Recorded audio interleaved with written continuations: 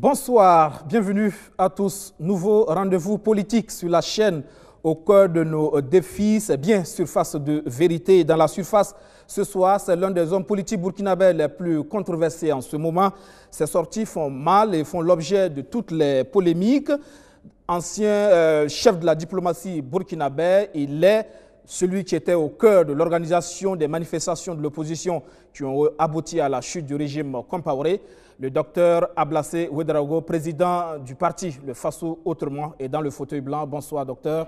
Et bonsoir, monsieur Guébré, et bonsoir à tous les amis, à tous les parents à travers le Burkina Faso, l'Afrique et le monde. Ablassé se porte bien.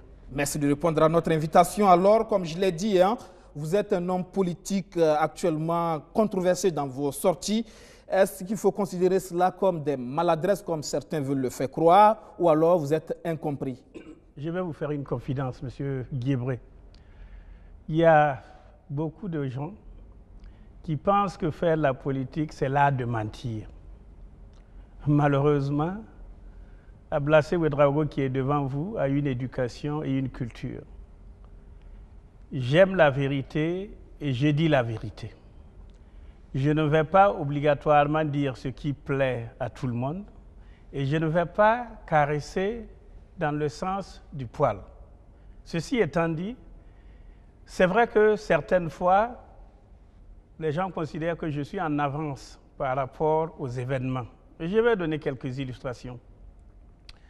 Au moment donc où c'était chaud, pendant le coup d'État manqué du 16 septembre 2015, j'ai proposé d'utiliser ce que j'ai vu ailleurs, le principe d'amnistie ciblée.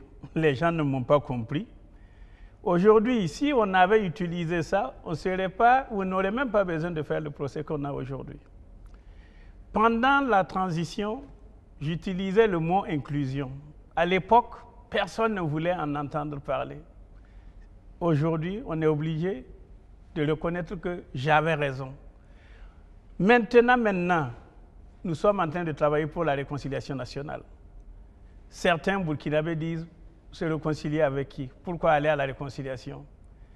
Nous disons que la situation de crise dans laquelle le Burkina Faso se trouve exige qu'on aille à la réconciliation nationale. Donc, vous savez, moi j'ai une boussole qui me guide au quotidien. C'est ma conscience. Et ma conscience, c'est de servir le Burkina Faso qui m'a vu naître et qui m'a fait comme je suis aujourd'hui. Et je suis fier d'être burkinabé. Et pour moi, travailler pour la paix de ce pays, la stabilité de ce pays, le développement de ce pays, voilà ce que j'ai en mon âme et conscience pour mon pays. Et chaque fois que je prends une position, et c'est ma constance, c'est ça qui me guide. Le Burkina Faso, rien que le Burkina Faso que j'aime. Alors, acclamé avant effectivement l'insurrection, et aujourd'hui quelque peu décrié parfois lorsque vous sortez, comment ça s'explique ça? Cela ne me gêne pas, je reste fidèle à moi-même, je suis en harmonie avec ma conscience, qui est ma boussole. Ce que je fais, je le fais parce que j'y crois. Et je dis que le Burkina Faso a besoin de tous les enfants de ce pays-là pour aller de l'avant. Donc, décrier ou pas décrier, on a besoin de tout le monde. Et puis, je vais vous rassurer, je ne pense pas que ce soit le terme qu'il faut utiliser par rapport à ma personne. Vous ne pouvez pas être un homme politique et ne pas recevoir des coups. D'ailleurs, nos ancêtres disaient, on ne jette pas la pierre sur un arbre mort.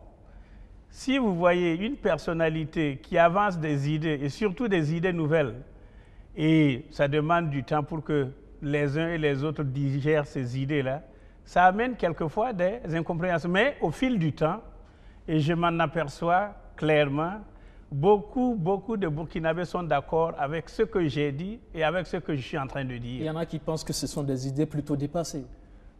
Vous savez, rien n'est jamais dépassé. Ce qui est dépassé, c'est ce qui est mort. Tant que vous êtes en vie, vous n'êtes pas dépassé, M. Guébré. Alors, récemment, il y a un journal de la place, le mensuel, le dossier parlant justement de l'insurrection, qui a sorti une enquête où effectivement il était question que d'un certain milliard de Salifou Diallo, le président défunt de l'Assemblée nationale, pour financer l'insurrection. Paix à l'âme de Salif Diallo, que j'appelais affectueusement le baroudeur. J'ai lu le journal et ça me conforte dans mes sentiments que l'insurrection d'octobre 2014, 30 et 31 octobre 2014, est une insurrection inachevée, est une insurrection confisquée. Et ce que le journal dit n'est qu'une révélation de ce que nous ne savions pas. S'il est vrai que Salif Diallo et son groupe, et je présume que c'est le MPP, ont mis à la disposition de l'insurrection 1 milliard pour faire aboutir leur dessein, personnellement, je n'étais pas au courant. Nous avons travaillé... Vous étiez au cœur de l'organisation des manifs? Absolument pas. Je pense même qu'on nous a trahis. Je peux dire qu'on nous a trahis parce que nous travaillions pour que l'article 37 ne soit pas modifié. C'était ça l'objet de la lutte. Et si d'autres personnes sont venues avec d'autres dessins, c'est maintenant qu'on découvre. Et d'ailleurs, ça doit confirmer ce que le président actuel de l'Assemblée nationale a dit, que à César ce qui est à César, la paternité de l'insurrection est nôtre.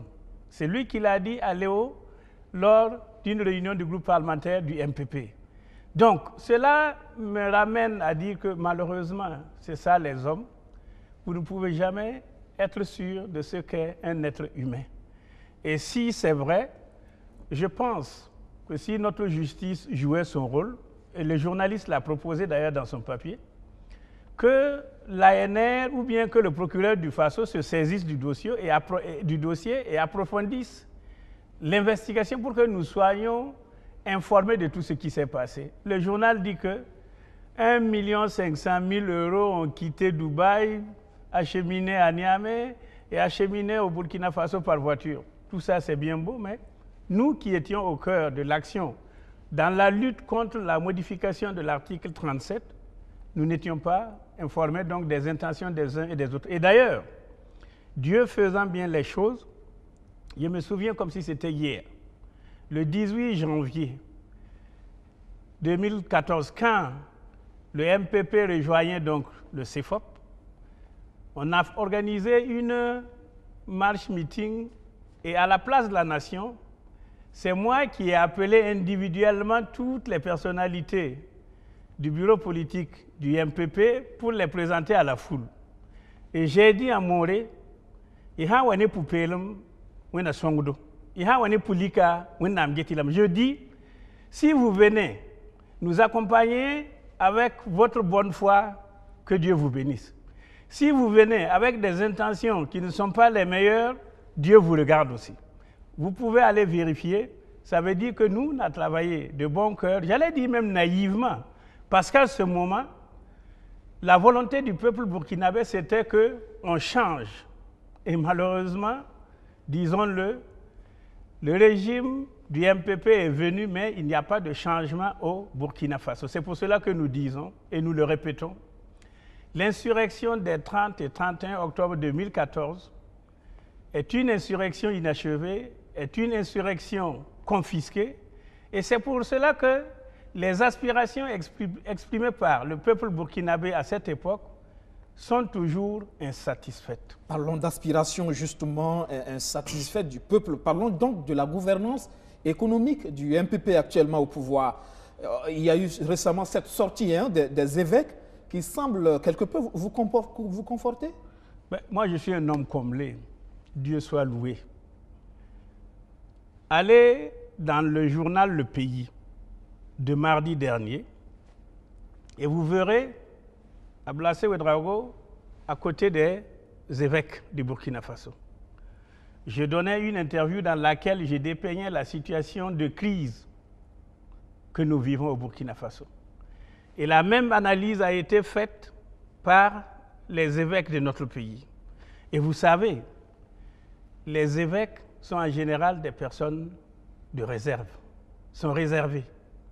Et s'ils ont pensé que c'était le moment de sortir leur message à Pâques pour dépeindre une situation des plus, j'allais dire, noires pour notre pays, cela me réconforte parce que depuis près de 3 ans, nous ne cessons pas de dire au gouvernement et au président Kaboré que le pays va mal, le pays va très mal.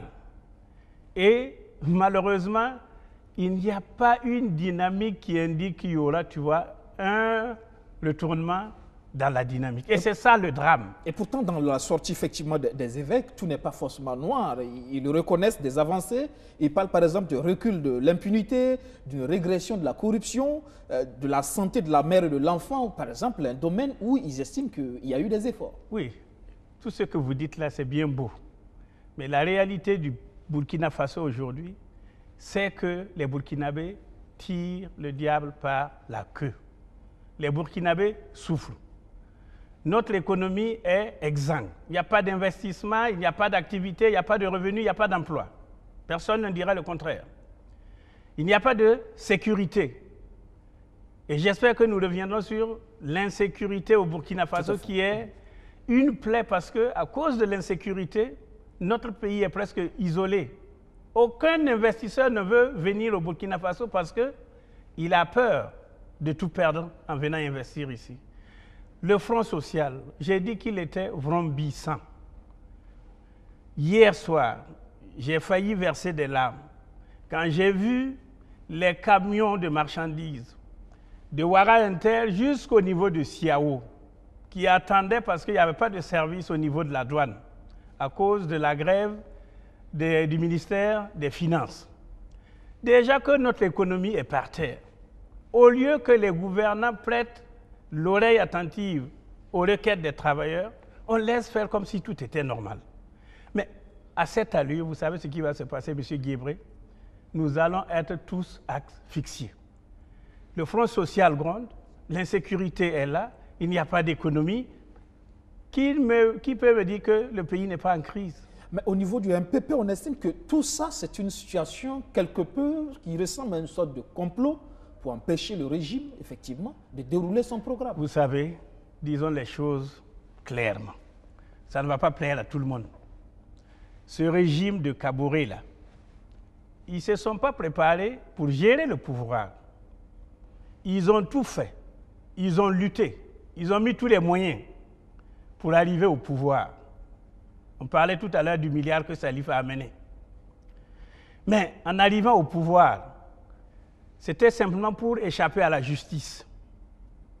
Moi, si j'avais été élu, les choses n'auraient pas pris cette direction-là. L'autorité de l'État est par terre. Rien ne marche. Tout simplement parce que Roch, qui se disait être la solution, qui se disait être la réponse, est aujourd'hui le véritable problème de notre pays. Ils n'ont pas de vision, ils n'ont pas de stratégie, ils n'ont pas de politique. On ne peut pas gouverner au 22e siècle là à tâtons. Ce n'est pas possible. Et pourtant, on nous a surtout présenté l'expérience qui devrait pouvoir jouer. Il y a Roch Kaboré, il y a Simon Compaoré, ce sont des hommes d'expérience. Malheureusement, si c'était pour l'expérience, ce n'était pas la peine de faire partie Blaise. Ils ont tous travaillé ensemble.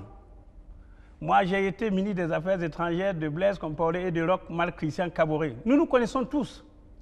Je vous dis, la malchance du Burkina, la poisse du Burkina Faso, c'est d'avoir cette équipe-là aujourd'hui au pouvoir. Et je vous dis que notre pays est en train d'enregistrer une décroissance économique jamais égalée. Et ça va couvrir la période de ce qu'on appelle le PNDS. Que les gens se souviennent. Au moment où le PNDS était adopté à Paris, j'avais dit que c'était un leurre. On a dit Ablassé est frustré, Ablassé parle trop. 7 mois plus tard, le Premier ministre Kabatieba déclare qu'il n'est pas venu avec de l'argent. Il était où pour venir déclarer ça maintenant? Et quand je dis que le président Kaboré n'était pas prêt pour gérer le pays, il n'était pas préparé, mais il gère seulement son maintien au pouvoir, Regardez, il a pris fonction, il a prêté serment le 29 décembre 2015. Il lui a fallu près de 2 semaines le 13 exactement, pour mettre en place son équipe gouvernementale. Mais quand il faisait sa campagne, c'était sur la base d'un programme, non? Il ne savait pas que chaque point de son programme, telle personne pouvait assurer l'exécution. Ils n'étaient pas prêts. Et c'est parce qu'ils ne sont pas prêts qu'aujourd'hui, nous sommes dans une situation de crise jamais égalée, une crise multidimensionnelle. Alors vous dites que le Burkina va mal, vous parlez d'une rocosité assommante et tentaculaire. Récemment, il y a un ministre du gouvernement qui a claqué la porte, Tahirou Barry, et qui effectivement semblait avoir les mêmes analyses que vous finalement. Qu'est-ce qu'il faut finalement, est-ce qu'il faut craindre pour l'avenir du Burkina finalement avec cet exécutif? Parce qu'on a vu récemment qu'avec les derniers changements, le remaniement, c'est une nouvelle dynamique qui s'instaurait. Je vais vous dire une vérité. On ne peut pas cacher le soleil avec une main. Ce que le ministre Barry a dit, Tahirou, que je félicite d'ailleurs pour le courage, ce que les évêques du Burkina Faso ont donné comme message, ce que Ablassé Ouedraogo n'arrête pas de dire depuis près de 3 ans. Mais, écoutez, ça veut dire qu'il y a quelque chose qui ne marche pas. Que ceux qui sont au pouvoir, aux affaires, aient la modestie, l'humilité d'écouter et de se servir de ce qu'on leur donne comme conseil. Quand vous parlez de gouvernement qui a été reconduit, c'est un non-événement. Il y a eu des changements, tout le monde réclamait, beaucoup de personnes réclamaient le départ de Simo Compaoré de la sécurité. Il est parti. Aujourd'hui, il est ministre d'État auprès de la présidence du Faso. Je vais revenir sur le cas du ministre d'État Simo Compaoré. Mais en attendant, je vous dis que ce gouvernement-là, remanié, était un non-événement. Tout simplement parce que on n'a pas apporté quelque chose de nouveau. Ils n'ont pas de stratégie. Il y a eu une queue de jouvence. Ils n'ont pas de vision. Ils n'ont pas de vision, ils n'ont pas de stratégie, ils n'ont pas de politique. Il y a eu une queue de jouvence. Vous pouvez amener... Il y a des jeunes qui suivent. Vous pouvez amener même des bébés qui sont plus jeunes. Mais si vous n'avez pas de vision, si vous n'avez pas de direction, ça ne peut pas marcher. Et je dis ici, pour un pays comme le Burkina Faso, avec la situation difficile que les populations sont en train donc de vivre, ce gouvernement de Roch Kaboré Kaba-Thiéba est un gouvernement pléthorique. On devrait prendre l'exemple du Bénin, et je dis qu'au jour d'aujourd'hui, on peut gérer le Burkina Faso avec une équipe de 20 à 22 personnes, pas plus. Vous savez, quand l'équipe est trop élargie, c'est difficile que les gens travaillent en équipe. Quand vous avez une équipe resserrée et que tout le monde comprend la vision et les objectifs que vous avez fixés, là, les choses se déroulent de la plus belle manière. Malheureusement, comme il s'agit de récompenser les uns et les autres qui ont contribué donc à leur arrivée au pouvoir, et comme ils ne sont pas préparés pour gérer le pouvoir, mais pour gérer leur maintien au pouvoir, mais on est obligé de, comme vous dites là, de donner satisfaction ici. Surtout que, malheureusement pour le président Kaboré, il est sous l'influence de la rue. On ne gouverne pas par la rue, on ne gouverne pas par le populisme, on ne gouverne pas dans la démagogie. C'est s'asseoir, se chatouiller et pour rigoler. Malheureusement, c'est au détriment de la population. Et nous souhaitons, et je reprends ce que mon ami Tahirou Barry a dit, que le président Roch Kaboré est entouré par un feu de brousse. Mais c'est quelqu'un qui est entouré par un feu de brousse et le feu continue de brûler. Et il est toujours couché dans le feu. Qu'est-ce qu'il va lui arriver? 2 choses.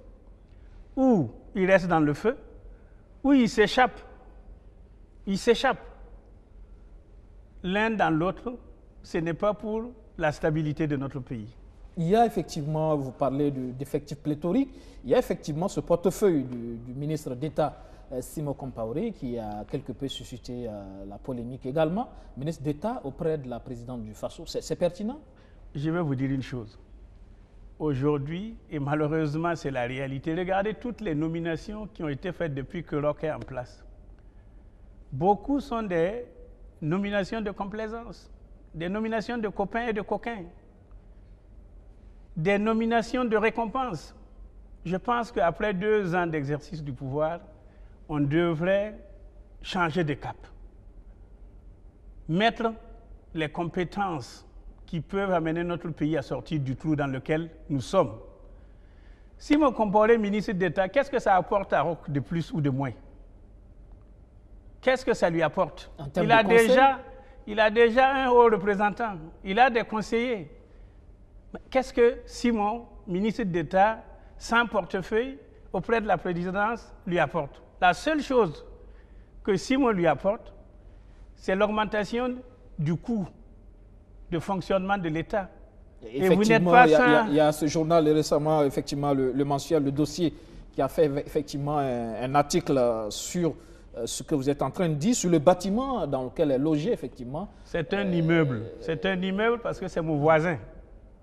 Et je dis, au-delà du fait que le journal ait mentionné le montant de 4 millions par mois de location, moi, c'est le bien fondé et l'utilité pour le ministre d'État auprès de la présidence. J'allais dire le ministre délégué à la présidence, qu'est Simon Compaoré, de sortir de l'enceinte de Kosiam pour aller chercher un bâtiment où il veut prendre son autonomie. Il n'a pas de portefeuille. Il y a eu des ministres d'État auprès de la présidence avant lui, Assimi Kwanda, Ram Ouedraogo, Herman Yamero, mais ils sont restés à côté du président. Quand on est ministre d'État auprès du président, vous êtes là pour exécuter ce que le président vous donne comme travail. S'il avait un ministère plein, avec d'autres attributions, par exemple, ministre d'État, ministre de la Santé, donc il avait le portefeuille de la Santé, on comprendrait qu'il ait besoin d'une administration, qu'il ait besoin de moyens. Mais ministre d'État auprès de la présidence, sans portefeuille, il n'a pas besoin d'avoir une administration comme un directeur de cabinet, comme un DAF. Non. Et moi, je demande au président Kaboré de se ressaisir et de s'assumer. Il faudrait qu'il dise au ministre d'État de réintégrer Kosiam.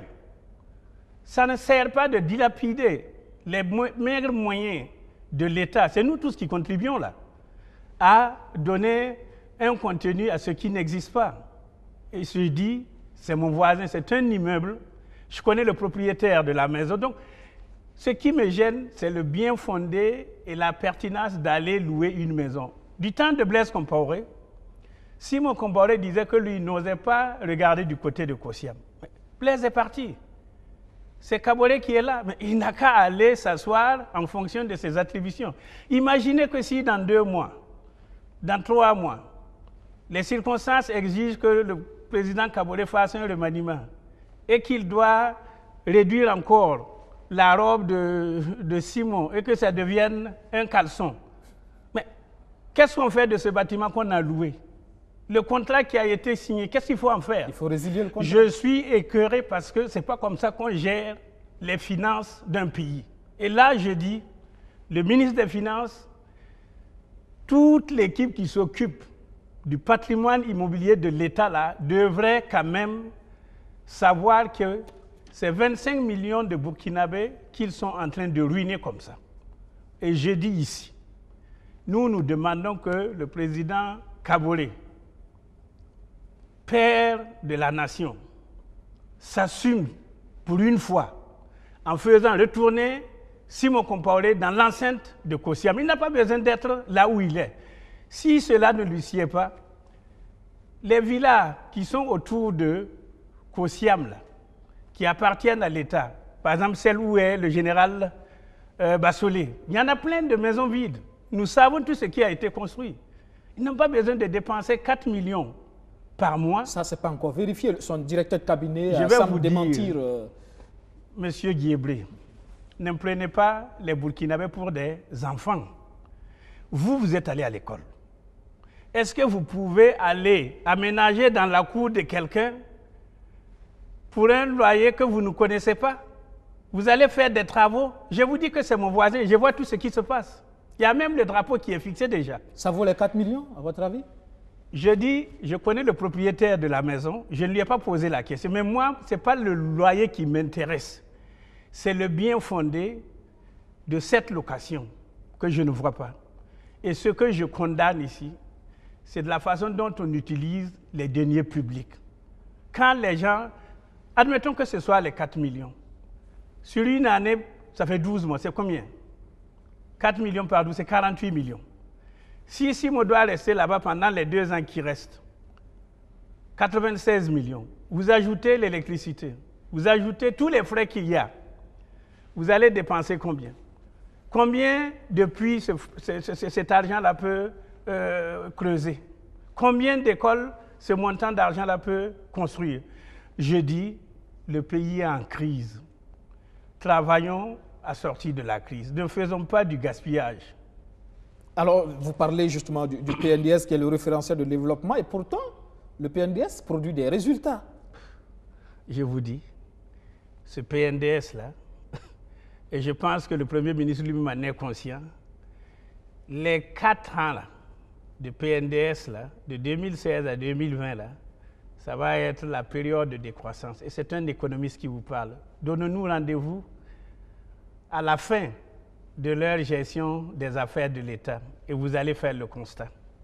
Il y a quand même le pays qui continue de bénéficier de la confiance des partenaires techniques et financiers. On voit partout des infrastructures qui poussent quand même. Hein. Non, je pense que vous voulez donner un coup de main au pouvoir, mais moi, je reste constant dans ma position, M. Guébré.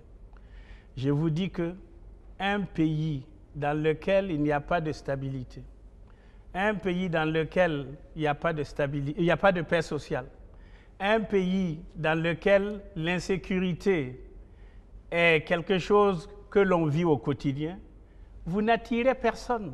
Vous ne pouvez pas faire du développement, vous ne pouvez pas faire de l'économie. Et c'est ça la situation dans laquelle nous sommes aujourd'hui. Traverser la ville, traverser le Burkina Faso. Combien de jeunes sont à la recherche d'emploi? Il n'y a plus personne qui investit ici. Même nos compatriotes, opérateurs économiques d'un certain niveau, ont déménagé dans les pays voisins. Tout ça, ça crée du chômage. Je dis, président Roch Kaboré, il y a une autre façon de faire. Faisons autrement. Allons à la réconciliation nationale. Appelons tout le monde. Utilisez les compétences au lieu où ces compétences-là peuvent être utilisées. Pour certains, justement, la vérité, c'est que c'est votre combat. C'est juste pour pouvoir être appelé à la soupe. Vous savez, si c'est la soupe là... Si vous avez un portefeuille ministériel aujourd'hui, je vous dis, si c'est la vous soupe, allez changer de discours. Si c'est la soupe là, regardez-moi bien. Je ne suis pas quelqu'un qui ne mange pas à sa faim. Je vous dis que j'ai une boussole, j'ai une constance. C'est le bonheur du Burkinabé et du Burkina Faso. Moi, ce que j'ai eu, fils de cultivateur, avec le niveau et le standing de vie que j'ai, je n'ai pas à me plaindre. Si je suis en train de me battre pour que le Burkina Faso se développe, pour que les Burkinabés se parlent, pour que les Burkinabés se réconcilient, c'est tout simplement parce que j'aime ce pays-là. Je suis patriote. Vous savez que j'ai fait près de 30 ans dans la carrière internationale. J'aurais pu rester dehors. Mais non, j'ai décidé de revenir ici parce que mes racines, c'est ici. Et si je dois être utile, c'est à mon pays. Et ce que je dis là, et je suis très heureux de revenir dessus, c'est ce que les évêques ont passé dans leur message de Pâques. Vous voyez que ça veut dire que nous ne parlons pas en l'air. Que le président Kaboré comprenne qu'il n'a plus beaucoup de temps. Il n'a plus beaucoup de temps. Il faut qu'il change. Il faut qu'il relance le pays sur la voie du développement. Alors aujourd'hui, pour rester dans l'économie, avant d'en venir à la question de la réconciliation, il y a aujourd'hui cette situation de charge qui augmente de façon vertigineuse, un peu les dépenses de l'État. Ça aussi, c'est une réalité. Vous voyez, vous dites que la situation est belle. Et maintenant, vous me dites, même pas 5 minutes, que la situation n'est pas bonne. Les dépenses, les charges... On reconnaît que tout n'est pas rose, mais il y a aussi des situations qui font en sorte que c'est difficile pour l'exécutif de mettre en œuvre, d'exécuter un budget. Il ne faut pas faire comme le triche.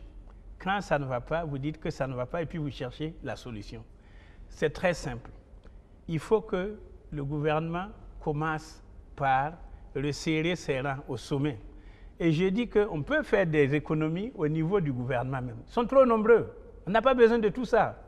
Trouvez des gens qui peuvent faire le travail au lieu d'émietter donc les pouvoirs, tout simplement pour faire plaisir à vos petits copains. Ce n'est pas nécessaire. L'intérêt supérieur de la nation doit être pris en compte. C'est ça être burkinabé, c'est ça être patriote.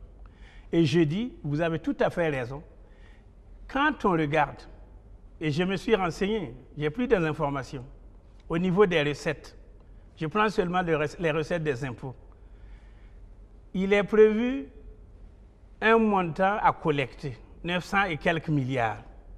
Mais les 2 premiers mois, janvier et février, n'ont pas permis de collecter plus de 80% de ce qui était attendu pour ces mois-là. Ça veut dire quoi? Si on continue à cette allure, nous n'allons jamais couvrir le budget qui a été adopté par l'Assemblée nationale. Nous allons nous retrouver dans une situation où ça sera seulement faire fonctionner l'État. Il n'y aura pas d'investissement. Il n'y a pas de développement. Alors, s'il n'y a pas d'investissement, s'il n'y a pas de développement, vous ne pouvez pas créer d'emplois, vous ne pouvez pas créer de revenus. Ça veut dire quoi? On va directement tout droit dans le mur. C'est ce que nous voulons éviter à notre pays. Il y a d'ailleurs un déficit de quelques 400 milliards à combler, mais effectivement la question de l'investissement se pose puisqu'on est à faire là un budget de consommation. Il y a aussi ce débat sur les fonds communs avec quand même cette sortie de la ministre de l'économie, des finances et du développement, Roselyne Coulibaly, à l'Assemblée nationale. Beaucoup ont apprécié quand même sa sortie, considérée comme un courage. On l'a vu là, une dame de poing. Pour certains, c'est d'ailleurs le garçon de ce gouvernement. Je vais vous rassurer. Je connais bien Roselyne. Je connais le travail à l'Assemblée nationale pour avoir été un député. Moi, j'ai dit, cette guerre du fonds commun là, c'est une guerre de pauvres. Au lieu que les gens, et c'est ça les 3 M que nous avons découvert pour tous les Burkinabés, on est méchants, médiocres et mesquins. Aucun Burkinabé ne veut que l'autre gagne quelque chose. Quand vous commencez à monter, tout le monde se met à vous faire descendre. Cette histoire de fonds communs là, ça ne date pas d'aujourd'hui.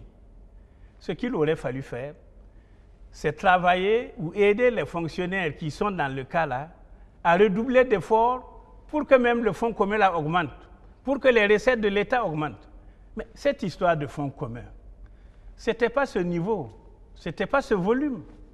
C'est la ministre elle-même qui a fait changer les choses. C'est elle qui a admis d'autres fonctionnaires dans cette catégorie de fonds communs. Elle-même, elle perçoit le fonds commun, non? Elle ne perçoit pas. Elle a quand même le courage de dénoncer le fait. Je vous dis une chose, si elle voulait régler le problème là, ce n'est pas à l'Assemblée qu'il fallait aller comme ça. À l'Assemblée, vous avez la commission des finances. Ce sont eux qui préparent le budget. Commencez déjà à parler là-bas. Maintenant, vous arrivez à l'Assemblée, vous sortez ça comme si c'était quelque chose de nouveau. Non, le fonds commun existe.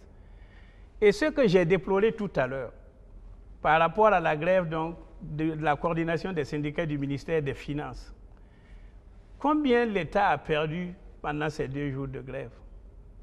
Et combien l'État va continuer de perdre? Combien de Burkinabés, transporteurs, opérateurs économiques ont perdu pendant ces 2 jours de grève? Vous croyez que c'est comme ça qu'on redresse l'économie d'un pays? Je dis non. Encouragez les gens à produire, augmenter leurs revenus, et c'est comme ça que vous allez voir le pays redémarrer. L'économie est très simple. Travaillez sur la croissance. En économie, si vous donnez, vous recevez. Prenons le cas d'un salarié. Vous créez l'entreprise paye des impôts. Le salarié paye des impôts. En allant consommer dans les boutiques, vous payez la TVA. C'est comme ça que l'économie tourne. Mais si vous êtes dans un pays où il n'y a pas d'emploi, il n'y a pas d'entreprise, il n'y a pas de salaire, vous voulez qu'on fasse comment? Mais tout le monde est en train de mourir. C'est ce qu'il faut éviter au Burkina Faso. Ici, c'est une question d'équité qui est posée par rapport à cette question de Encore une fois, M. Guébré, c'est la guerre des pauvres. C'est quand on n'a pas qu'on envie les autres. Et je dis, travaillons qu'il y ait des fonds communs pour tout le monde. Tous les secteurs là, travaillons que l'économie du Burkina Faso permette qu'on donne un fonds commun à toutes les structures. Et vous allez voir que ça va marcher. En attendant, au niveau de l'exécutif, on vous pose un problème de soutenabilité. Si on me pose le problème de soutenabilité, comme vous dites là, c'est tout simplement parce que l'État ne produit rien.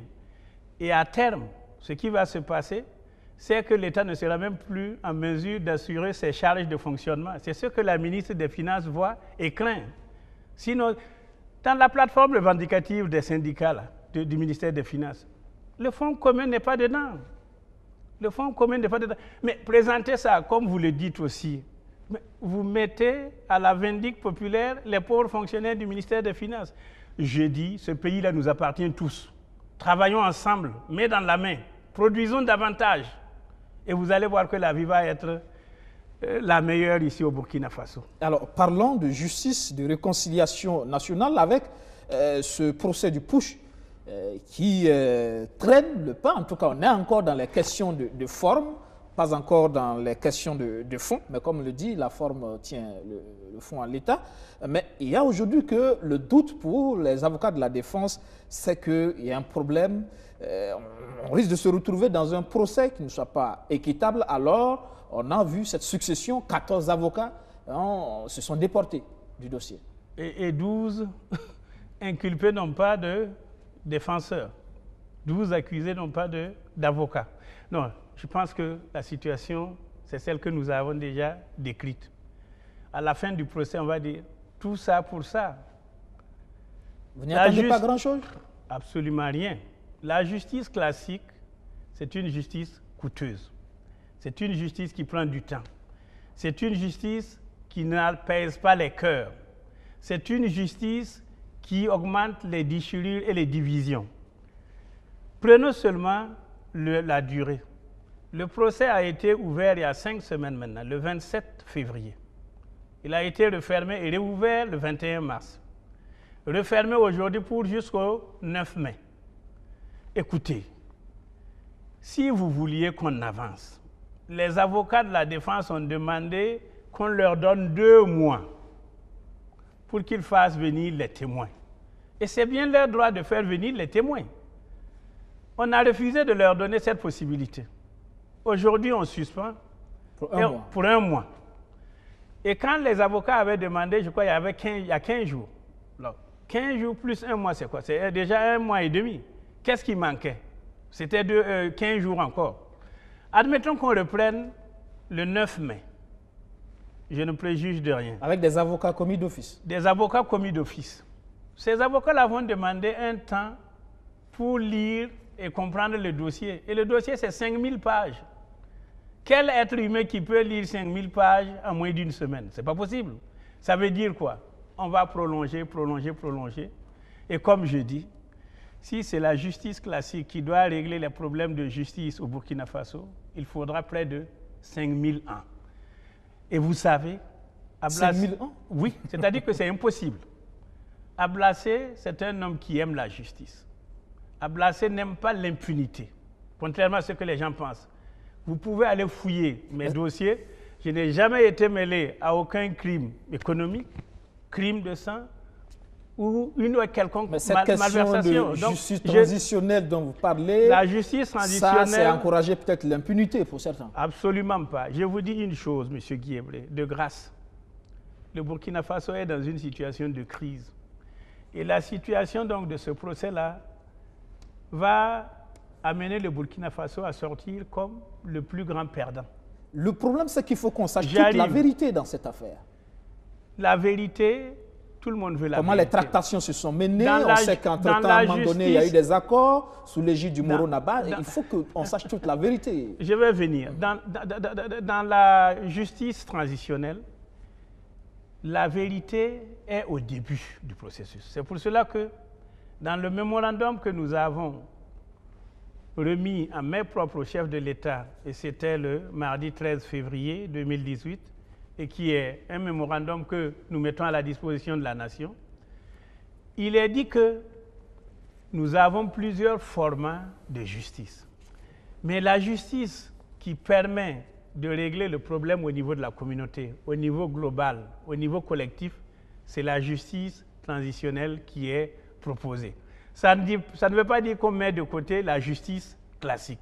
Mais la justice classique, justement, qui s'occupe ou qui s'intéresse à la vérité et à la justice, ne couvre que les besoins de l'individu. Ici, ce qui est important pour notre pays, c'est la nation tout entière.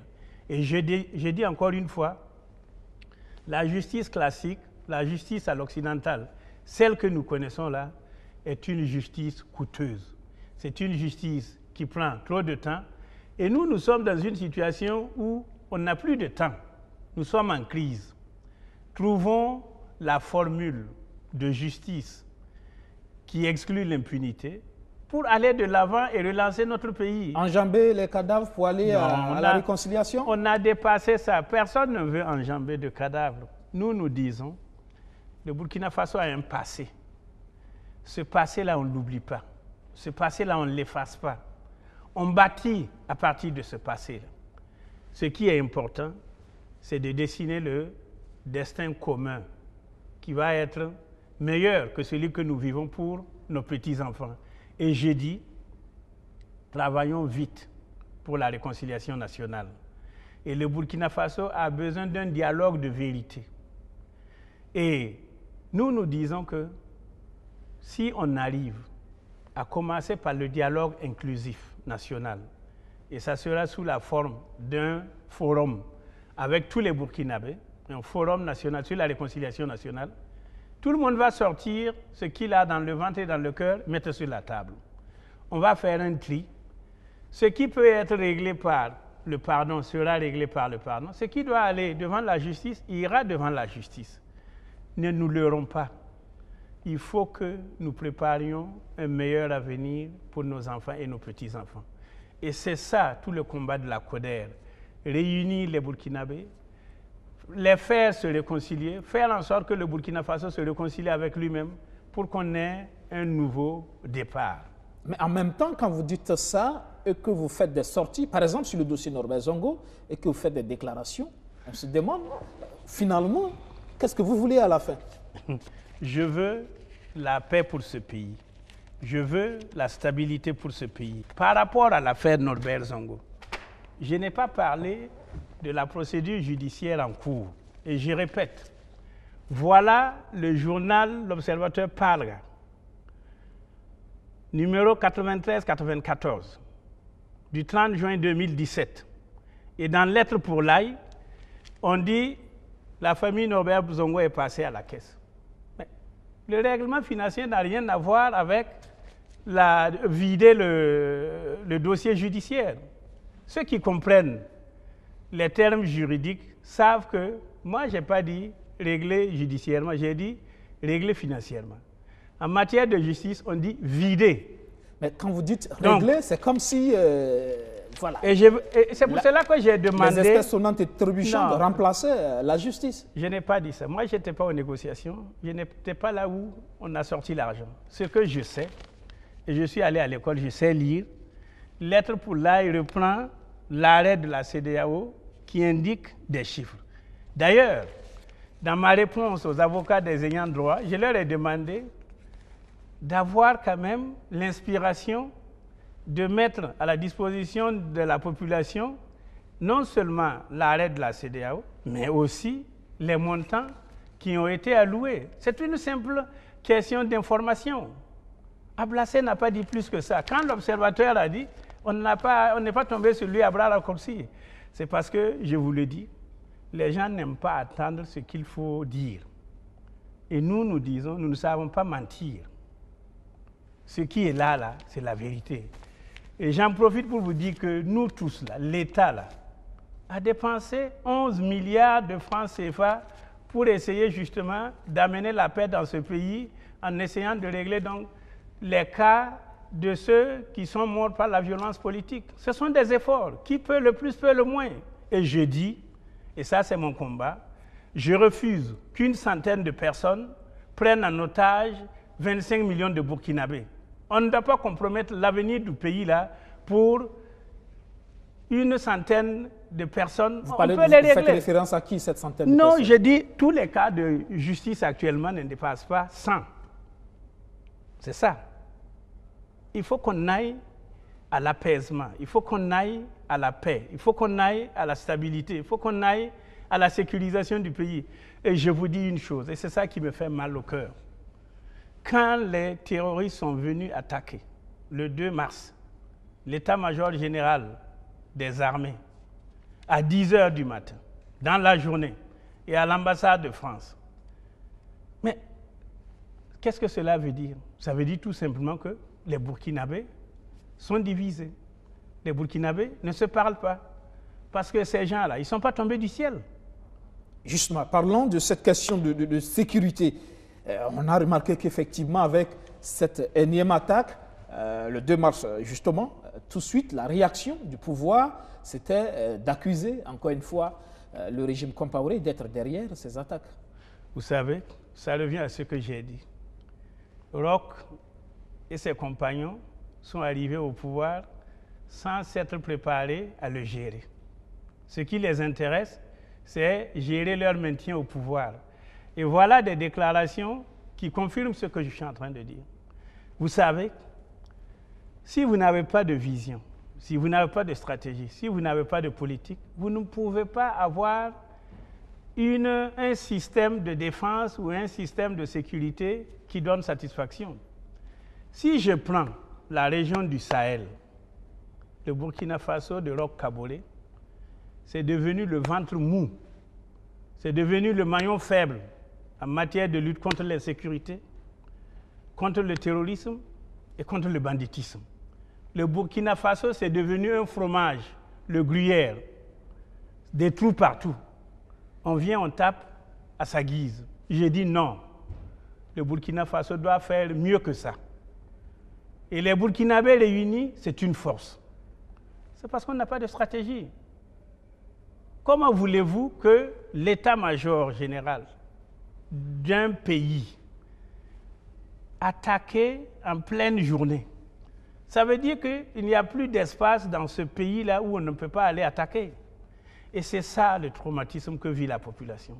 C'est ça la hantise que vit la population. Personne n'est plus en sécurité ici.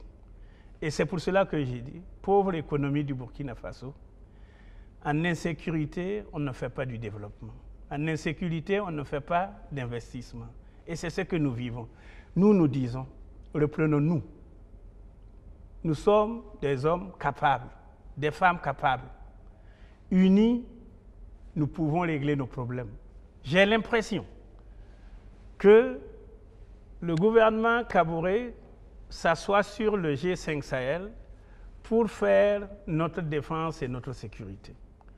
Mais le G5 Sahel est un outil encore en cours de construction. Les financements même ne sont pas encore assurés. On dit, quand vous êtes assis sur la natte du voisin, vous êtes assis par terre. Moi, l'appel que je voudrais lancer au président Kaboré sur la sécurité, c'est qu'il fasse un choc, qu'il prenne des décisions, qu'il remette nos forces de défense et de sécurité en confiance, qu'il remette tous les Burkinabés en confiance entre eux. Vous savez, un peuple qui est lézardé, un peuple qui est divisé, les ennemis pénètrent et font leur lit. C'est ce que nous vivons actuellement. Quelque chose doit être fait. Et si j'avais été à sa place, le 2 mars, l'attaque a eu lieu à 10 h. À midi, j'aurais vérifié avec l'état-major si la place pouvait être visitée. Je serais allé au milieu de mes hommes pour leur redonner confiance. Le Premier ministre y était. 2 jours après. Ce n'est pas le même jour. Mieux. En ce moment, on était encore dans le feu de l'action, c'est risqué. Mieux. Je n'aurais pas fait le voyage que le président Kaboré a fait en Inde pour des questions d'énergie solaire. Il a un Premier ministre, il a un haut représentant, il a un ministre de l'énergie et nous avons un ambassadeur à New Delhi. Il faut savoir choisir ce qui est important pour la vie de la nation. Moi, j'aurais annulé ce voyage.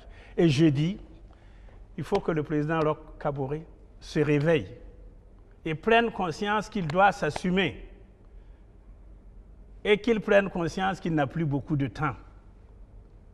On a déjà consommé la moitié de son parcours et rien n'est là. Qui se réveille, en même temps, parler de ces questions sécuritaires, les évêques en parlaient, mais derrière aussi, c'est une question aussi de mobilisation de l'ensemble des Burkinabés autour de la cohésion. Est-ce que vous pensez aujourd'hui qu'effectivement, cette réconciliation tant souhaitée, qui doit porter le leadership, est-ce qu'il faut effectivement recourir à ces leaders coutumiers et religieux pour effectivement impulser cette dynamique?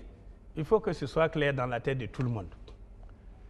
Le président du Faso est le garant constitutionnel de l'unité nationale. Dans cette capacité, c'est lui qui a la responsabilité de faire la réconciliation nationale dans notre pays. C'est à lui de prendre les initiatives et de faire appel aux autorités que vous avez citées là, à tout le monde. Nous disons que la réconciliation nationale, ce n'est pas l'affaire d'un seul individu, ce n'est pas l'affaire d'un groupe d'individus, c'est l'affaire de tout le monde, mais tout le monde ensemble. Il y a effectivement ces autorités, j'en parle, parce qu'on considère qu'à plusieurs reprises, ils ont sauvé la nation d'une crise définitive.